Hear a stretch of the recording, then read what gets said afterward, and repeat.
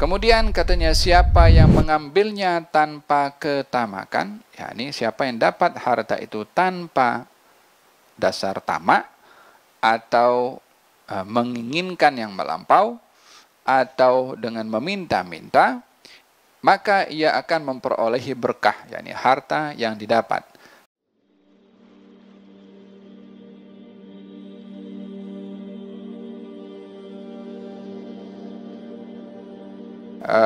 Hadis daripada Hakim ibn Hizam terakhir, sa'altu Rasulullah sallallahu alaihi wa alihi wasallam fa'atani, thumma sa'altuhu fa'atani, thumma sa'altuhu fa'atani, thumma qala ya Hakim inna hadha al-mala khadiratun hulwatun faman akhadhahu bi sakhawati nafsin burika lahu fihi wa man akhadhahu bi israfi nafsin lam yubarak lahu fihi wa kana kalladhi ya'kulu wa la yashba' واليد العليا خير من اليد السفلى فقال حكيم فقلت يا رسول الله والذي بعثك بالحق لا أرزأ أحدا بعدك شيئا حتى أفارق الدنيا فكان أبو بكر رضي الله عنه يدعو حكيما إلى العطاء فيأبى أن يقبله منه ثم إن عمر رضي الله عنه دعاه ليعطيه فأبى أن يقبل منه شيئا فقال عمر إني أشهدكم يا معشر المسلمين على حكيم أني أعرض عليه حقه من هذا الفيء فيأبى أن يأخذه فلم يرزق حكيم أحدا من الناس بعد رسول الله صلى الله عليه وآله وسلم حتى توفي. Nah, ini hadis penghujung pada bab. Katanya Urwah ibn Zubair meriwayatkan, katanya Hakim bin Hizam radhiyallahu anhu berkata, suatu ketika aku meminta sesuatu kepada Rasulullah dan diberi.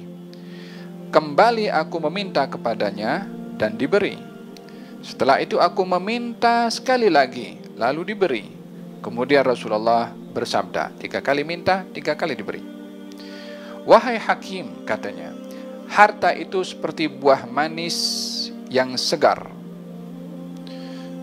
Khadiratun, buah-buahan. Biasanya khadirah itu diambil daripada kata akhdar, hijau. Buah-buahan yang berwarna hijau. Warna hijau ini lebih lebih dilihat indah.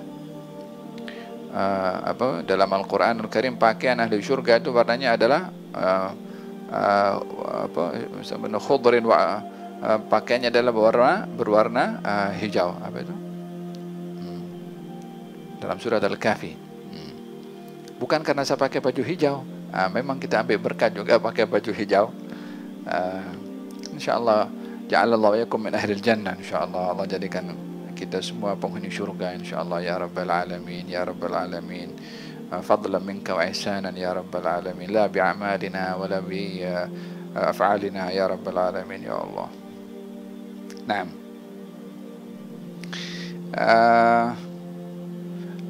harta ini katanya khadiratun, hijau karena warna hijau itu menarik. Kemudian hulwatun, manis. Terhimpun pada harta ini 2, menarik dan manis. Selalu yang menarik itu disukai, yang manis pun juga disukai. Harta ini demikian kata baginda Rasulullah. Kemudian katanya siapa yang mengambilnya tanpa ketamakan, yakni siapa yang dapat harta itu tanpa dasar tamak atau menginginkan yang melampau atau dengan meminta-minta, maka ia akan memperolehi berkah, yakni harta yang didapat tanpa ada rasa tamak kepada harta, didapatnya dengan baik tanpa ada rasa tamak, maka harta yang didapat tadi akan diberkati.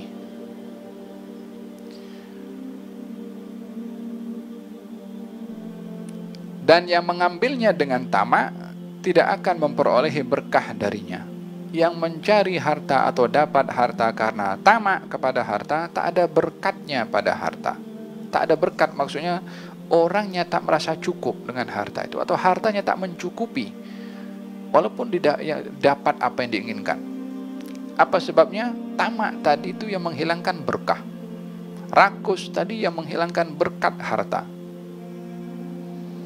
Hadis ini ditafsirkan juga kepada orang yang memberi. Kalau orang yang mencari tadi, orang yang meminta atau yang sedang mencari, katanya cari harta tanpa ada rasa tamak kepada harta. Yani carilah harta seikhlas, mencarinya bukan karena rakus. Bukan bermaksud tak boleh mencari harta yang lebih, tidak. Yang dilarang bukan masalah hartanya sedikit atau banyak. Rakus kepada harta itu yang dilarang. Hubbud dunya ra'su kulli khati'ah. Cinta dunia adalah pangkal kepada segala kesalahan. Yang kedua, maksud daripada hadis ini merujuk kepada orang yang memberi. Maksudnya adalah orang itu ketika memberi, biarlah memberi anti binafsin. Anti binafsin, memberi itu dengan ikhlas. Jangan memberi sambil merungut kepada orang yang menerima. Jangan memberi menginginkan sesuatu daripada orang yang menerima. Jangan memberi karena ingin mendapatkan publicity di mana-mana.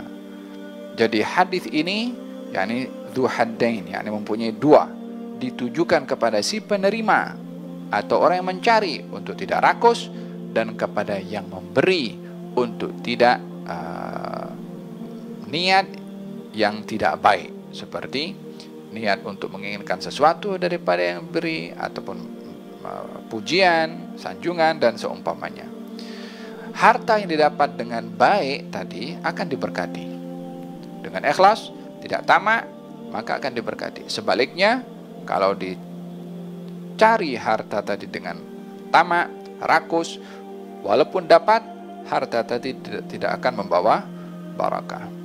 Ia seperti orang yang makan namun tidak pernah kenyang. Ianya adalah merujuk kepada orang yang sakit tak pernah kenyang, atau ianya merujuk kepada perangai binatang. Nah, ini merujuk kepada orang yang dia rakus kepada harta, tamak kepada harta, tidak merasa cukup dengan yang didapat. Umpama orang yang makan tak kenyang, yakni umpama binatang ternak makan saja, tidak merasa cukup. Dan sesungguhnya tangan yang di atas lebih baik daripada tangan yang di bawah. Hakim menambahkan, aku berkata kepada Rasulullah, demi dia yang telah mengutus anda dengan kebenaran, yakni bersumpah dengan Allah yang telah mengutus Nabi dengan benar, setelah ini aku tidak akan lagi menerima apapun daripada seseorang hingga aku mati. Khalas. Dengar nasihat Nabi tentang bagaimana perlunya kita untuk tidak punya rakus kepada harta, tidak mengharapkan pemberian daripada orang. Katanya, mula daripada hari ini aku tak akan terima apa-apa pemberian daripada orang sampai aku mati. Di kemudian hari, zaman Sayyidina Abu Bakar Siddiq, Sayyidina Abu Bakar memanggil hakim untuk menerima pembahagian rampasan perang sebagaimana para sahabat Nabi yang lainnya, tetapi hakim menolak untuk menerimanya. Setelah itu Umar pun pada pemerintahannya memanggilnya pula untuk memberikan bahagiannya daripada harta rampasan perang, namun ditolaknya juga. Dia dah kata, dah aku tak akan terima dah pemberian daripada orang, hatta miliknya. Yang penting datang daripada orang, tak mau. Nak daripada tangan dia sendiri. Ya Allah. Kata Sayyidina Umar, mendengar itu Umar berkata, wahai umat muslim, aku ingin kalian menjadi saksi bahwa aku telah memberikan rampasan perang, yakni harta rampasan perang yang menjadi bahagian Hakim bin Hizam, dan ia menolak untuk menerimanya. Demikianlah sepeninggal Nabi SAW, Hakim tidak pernah menerima apapun daripada orang lain sehingga beliau meninggal dunia. Hadis ini membicarakan tentang izzatun nafsi, yakni orang yang dia memiliki izzah, kemuliaan pada dirinya dengan tidak bergantung mengharap kepada sesiapapun melainkan hanya kepada Allah Subhanahu wa taala. Mudah-mudahan Allah Subhanahu wa taala anugerahkan kepada kita dalam hati ini kaya dengan Allah Subhanahu wa taala. Ditanamkan oleh Allah dalam hati ini iffah untuk menjaga air muka dan tidak menendahkan tangan kepada selain Allah Subhanahu wa taala. Dan moga-moga Allah anugerahkan kepada kita kesabaran di dalam mengharungi perjalanan hidup walaupun sukar. Dan moga-moga Allah Subhanahu wa taala jaga muka kita daripada terhina dengan meminta-minta kepada orang lain, dengan dicukupkan segala keperluan kita oleh Allah Subhanahu wa taala tanpa bergantung kepada sesiapapun. Dan moga-moga Allah Subhanahu wa taala jadikan kita senantiasa tangan ada di atas untuk memberi dan dielakkan daripada berada tangan di bawah untuk meminta kepada orang lain.